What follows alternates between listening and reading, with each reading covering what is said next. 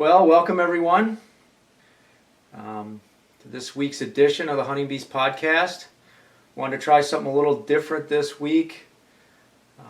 We requested to the Beast members if they had any questions that they'd like Dan or I to answer, and the forum responded. We have about 42 questions to go through and answer, and there's a lot of good subject matter here. So Dan and I thought we would do this in a video format. We'll make an audio copy of it as well, but that way we can draw some pictures and do some different stuff on here. So, Dan, how's it going? Just waking up. Just waking up. Yeah. So, yeah. What are we at? June? Yeah. It's You know nice. what amazes me? I've been to your house how many times? Like a half dozen times. I still can't find this place. You know, it's like two turns. It is 2 turns off. You know, but the trouble is you live in a subdivision. If you lived in an oak tree 2 miles back in a swamp, I'd be there.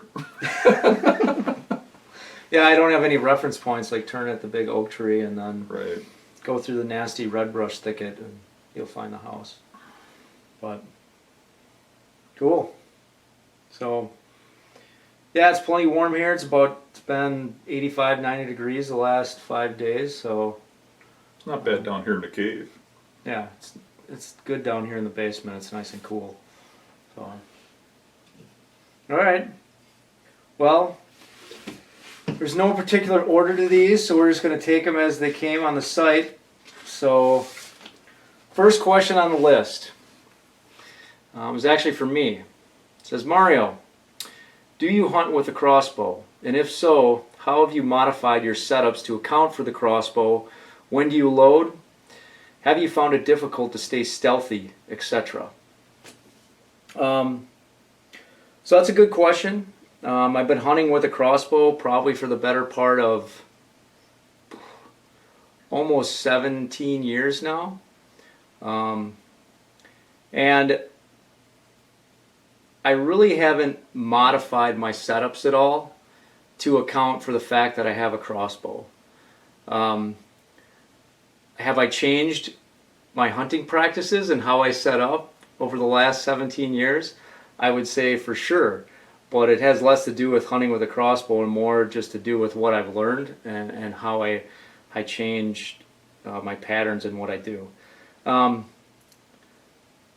thing with the crossbow, you do have some limitations as far as how you can turn and shoot in a tree. You have to account for the fact that you are shooting with a horizontal bow, which typically has a wider footprint horizontally. So when you're swinging and rotating shots that are around behind you or underneath you and things like that, it does make it a little bit more difficult because you don't have as much mobility in the stand.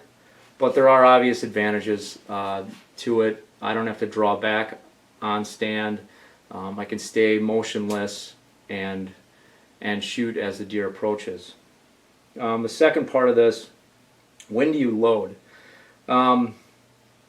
Going into my tree stand, walking in, I rarely, it really depends on the time of the year, but I rarely load and cock I don't put an arrow in the crossbow typically when I'm walking to my stand. Reason being is more safety factor. Because if I'm walking through thick brush or thicket and things like that, having a loaded crossbow in my hand, granted mine has a safety and many of them do have mechanisms as safeties. It's like carrying a loaded gun, but you have brush and everything that can potentially trigger that bow. So I typically cock it at the truck, but I don't put an arrow in it. Then as I draw closer to the area where I'm going to hunt, depending on the time of the year, if it's pre-rut or if it's a time when I feel those deer might be up and moving or I might have an opportunity to shoot, or if Dan sends me back to a particular swampy area and he says, the deer will be moving in the cattails, so have your bow ready to go, then I might have an arrow in there.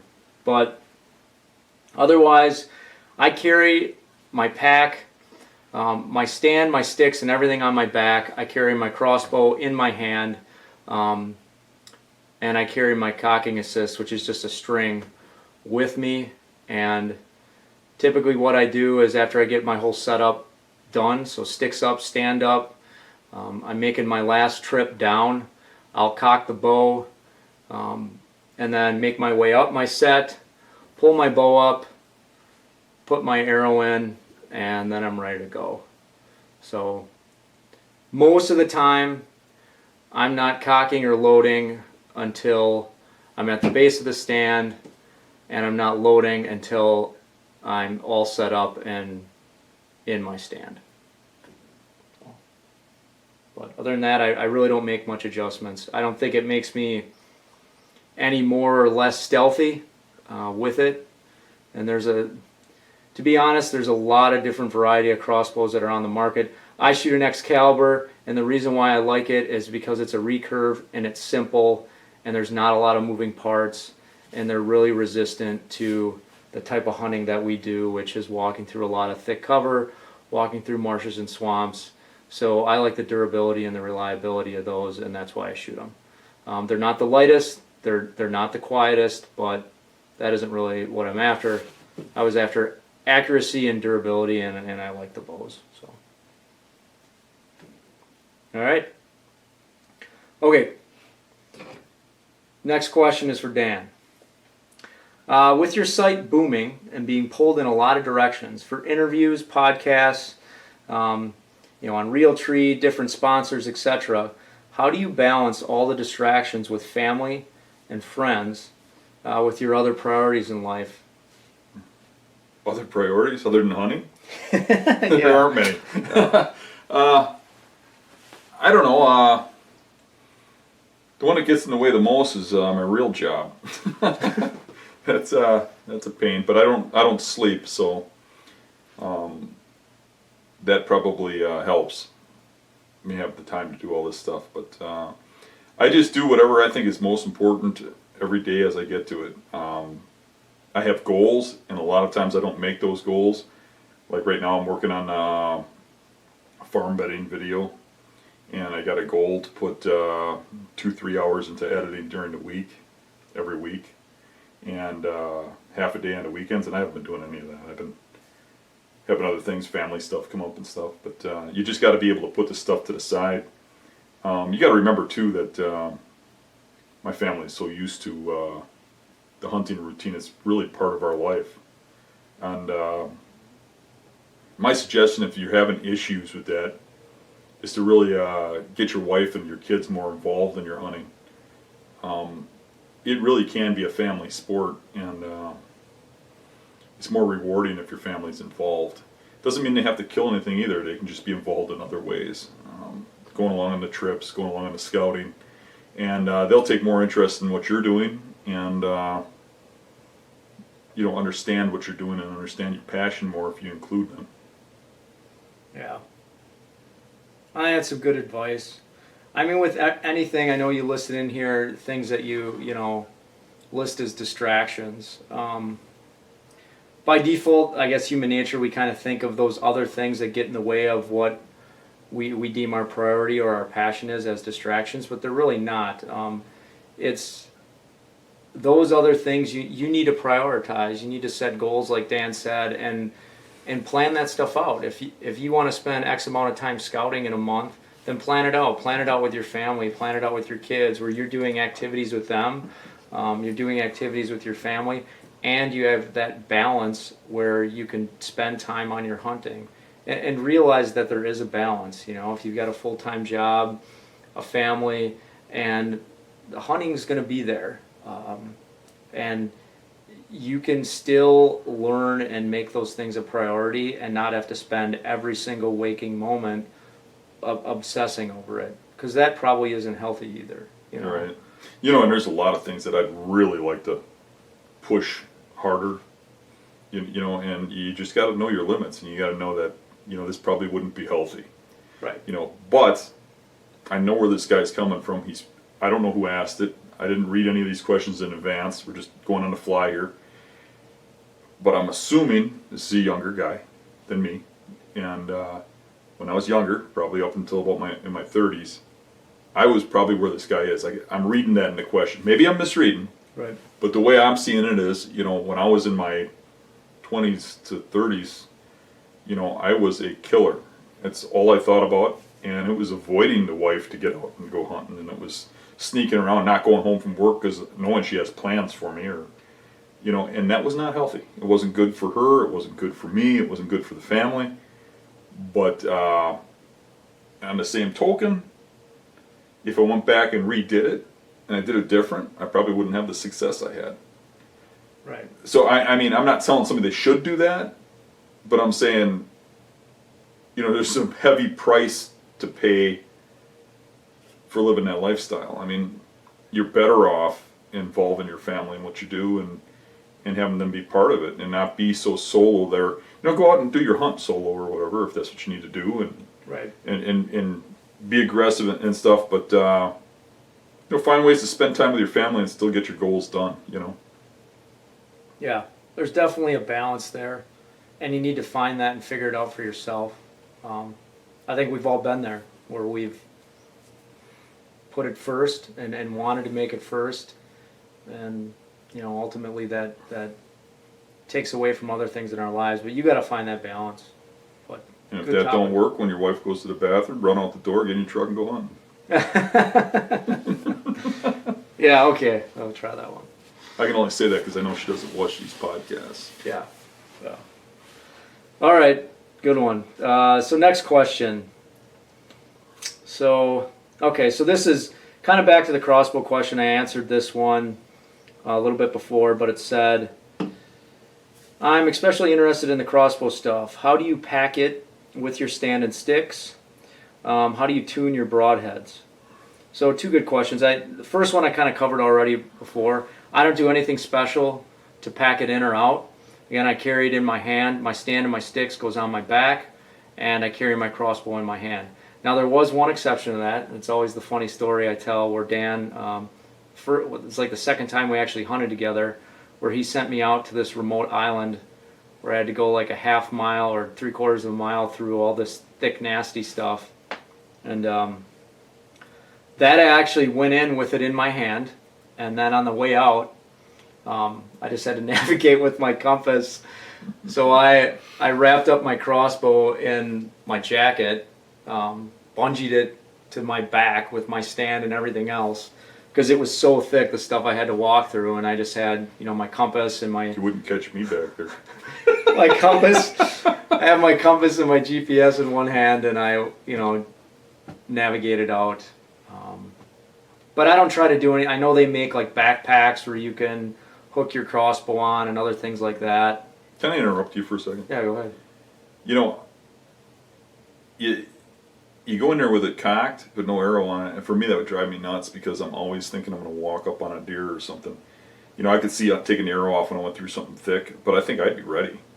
Yeah. You know, that's just me. I mean, I even knock an arrow on my bow sometimes when I'm going through an area where I know I'm in big buck traffic, you know.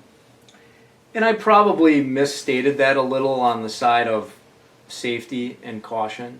I mean, a couple of the areas that I hunt, because I know them really well and I know the path that I'm walking to take there, I would put an arrow in while I'm walking in. For kind of the same reason that Dan said, is that I know what I'm going to be encountering and going through, so there's less variables or unknown. So carrying in a loaded weapon isn't as big a risk in that case. But if it's going to a new spot that's a thick spot and I'm going to be treading through a bunch of thick stuff, then I'd be more cautious with You that. think about it, the buck I got last year. I got Yeah. it walking in. Yeah, I was walking to my spot when I shot it. yeah. And I would definitely, I know they make like crank cocking devices, and depending on what you're used to, I've practiced a lot and gotten very proficient at just using a regular cocking string to both cock it and uncock it. And Excalibur has some good videos out there on how to safely do that with their crossbows. I'm sure other crossbow brands do as well, but that's a pretty proficient way in the field to do it. And the cocking string is literally, you know, a few ounces of equipment that fits right in your pocket. So it's not too bad. All right. So this question's kind of funny, but this is for Dan and Mario. What's the biggest difference between the ordinary buck bedding and the cherry stuff that Dan chooses to hunt? I'm going to go back and find out who wrote that. Ordinary buck bedding. You know, when I look at the posts on the beast, and I look at all the posts about guys that are just starting out excited about finding buck bedding, there's a little bit of me who thinks, oh, you know, they probably just found some beds and now they're all excited, but you hate to take the wind out of their sails because they're getting somewhere. They're making progress. But I walk past a lot of bedding that a lot of other people are probably hunting to get into the good stuff. And what I'm really looking for is I'm bypassing all the bedding that's just like, okay.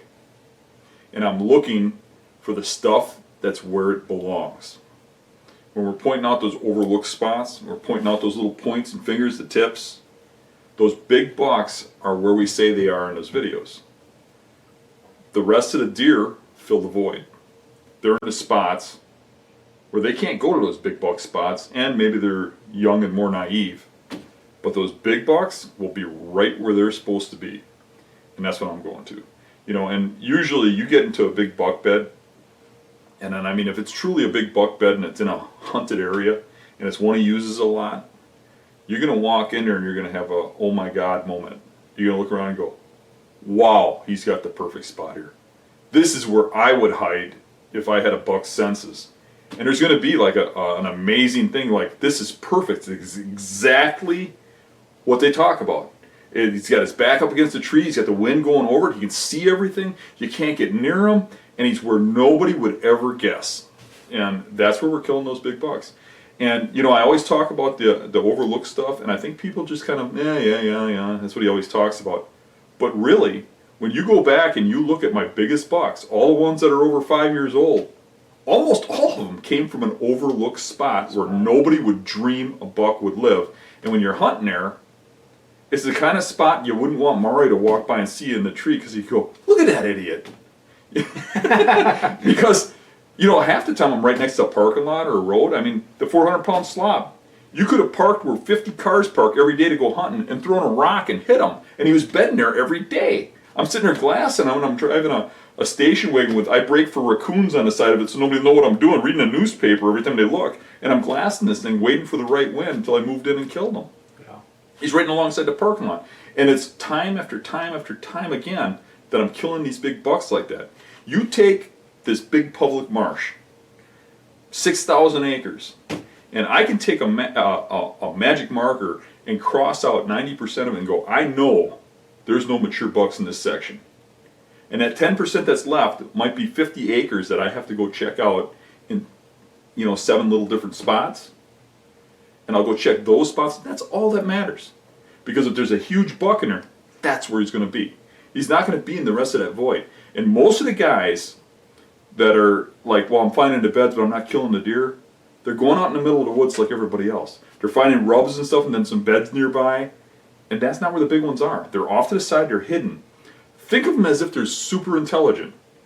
Now, we know that deer aren't, but think of them that way.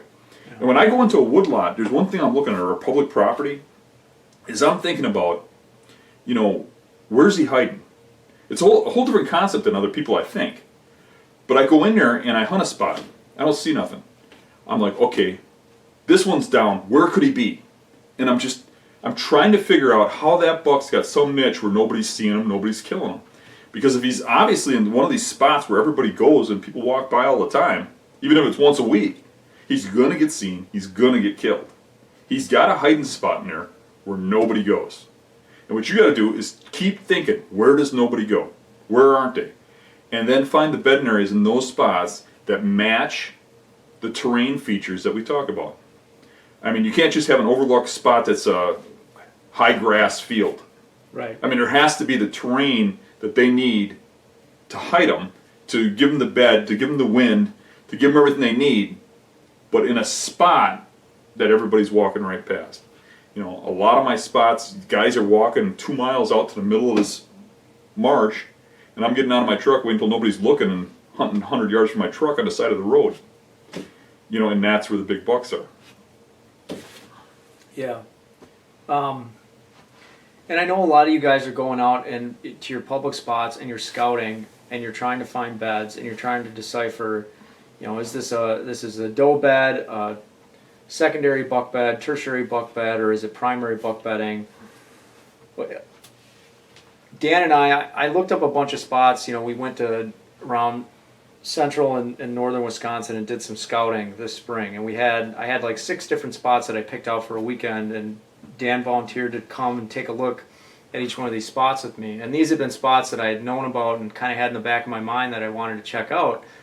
And I had maps of each one and areas that I kind of wanted to pick out and see. And the difference, during that day, I took an observation of how I was thinking as I was walking through these spots and what I was looking at. And then I was trying to observe how Dan was walking through these spots. And one of the biggest differences is I guess the sign that Dan was noticing and the sign that I was noticing. As I was walking through, I was picking up on maybe every little rub that was here, every crossing trail that was coming across, maybe the main trail we were on.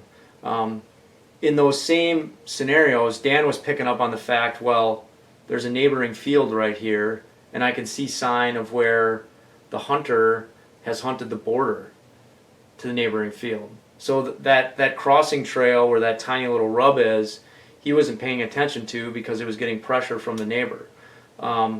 We got to a spot on one of the properties where we had to cross a stream, cross a creek, and we got to a transition where there was a hardwood transition with a parallel trail that ran that transition, and then it went into swamp.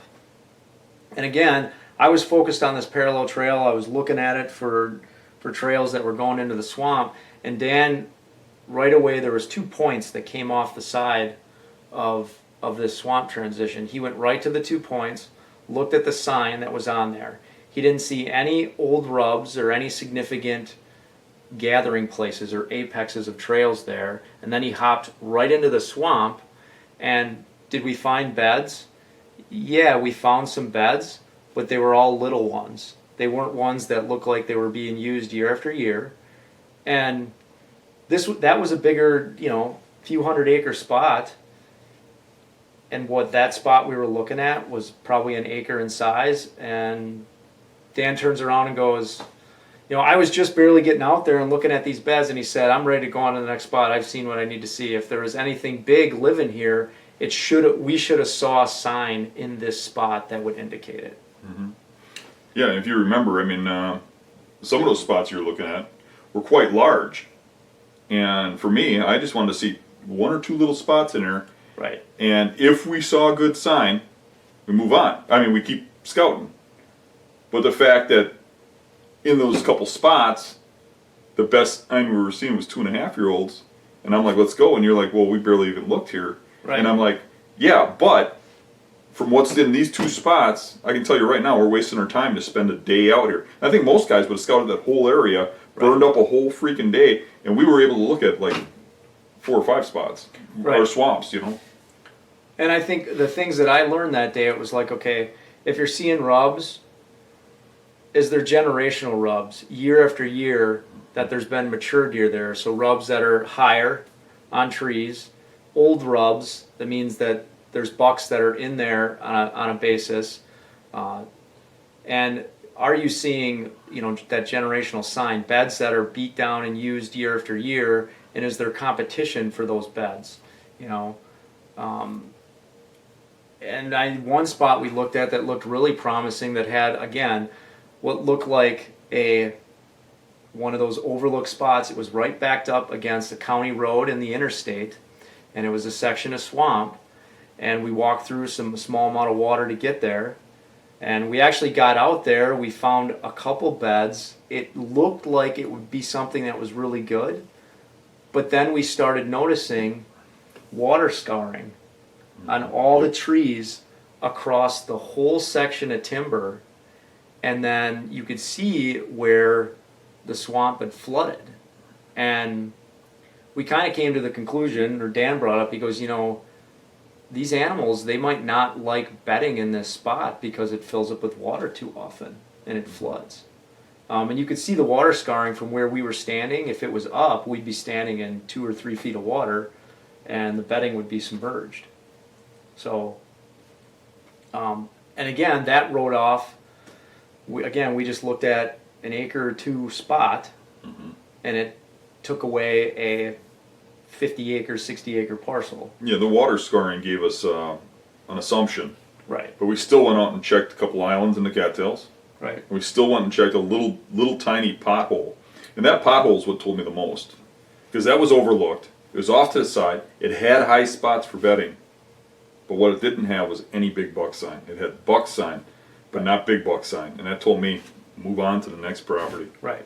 And it was off the beaten path from where the parking lot was, which was about a quarter clip down the road. Yeah, you had to go around a river and walk up the road a quarter mile to get to this little spot off to the side. Right. And you knew nobody was doing that. Yeah, you could see where people parked in the parking lot and they hit the main trail that the DNR had, and they would have actually walked on what would have been the west side of the river and walked into the swamp that way. So, yeah, good question. All right, here's one's for Dan. I would love to hear about the latest things tactics-wise that have piqued your curiosity. Whether you have confirmed suspicions or not, just what has your attention right now? What has my attention right now? Yeah. It's hard to get my mind off that giant bear. Yeah. But what has my attention right now with deer? I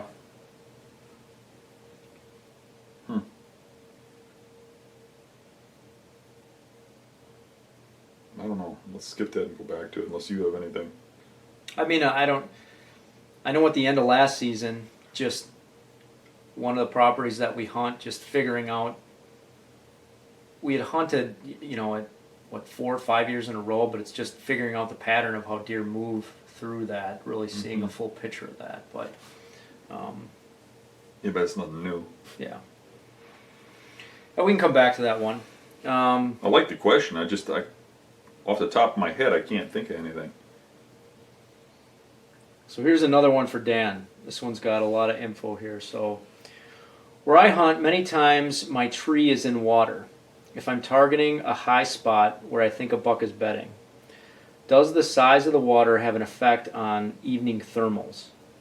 Example, I've got one spot that has 3 high points that will be dry, but I'm wading 18 to 24 inches in water to get in there. And the high spot at literally 10 by 6 or so. So it's pretty big. That's a pretty big high spot. I would say the water is easily 5 acres. 3 times I've targeted this bed, and all 3 times the wind dies, and it seems the thermals have no rhyme or reason.